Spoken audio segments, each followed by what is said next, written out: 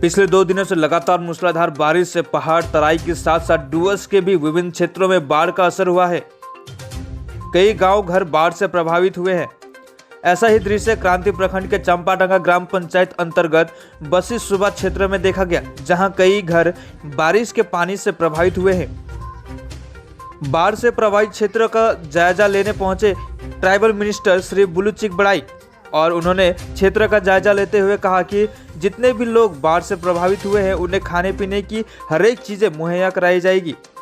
साथ ही बारिश रुकते ही हर एक समस्या का समाधान भी किया जाएगा।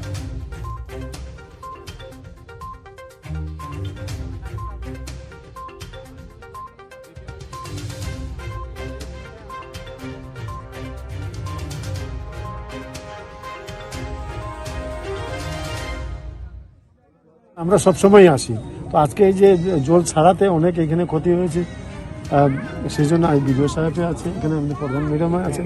আমরা আসছি যাতে এখানে কোনো রকম সমস্যা না হয়, সেরকম যেরকম জল ছাড়াতে অনেক ক্ষতি নিশ্চয় হয়েছে, কিন্তু অনেক লোকজন আছে যারা আমরা স্কুলে কিছু লোককে রাখা আছে, তো তাদের কিছু ব্যবস্থা খাওয়া দাওয়া পানীয় জলের এসবের জন্য আমরা দেখতে আসছি। এই যে বিডিও সাহেব আছে উনিও একটু ব্যবস্থা করছে, এসডিপিও সাহেব আসছিল, সবাই আসছিল যাতে মানে মানুষের কোনো অসুবিধার মধ্যে না থাকে, সেই জন্য আমরা আসছি এইখানে। এটা আর এই যে এটা ভাঙলো,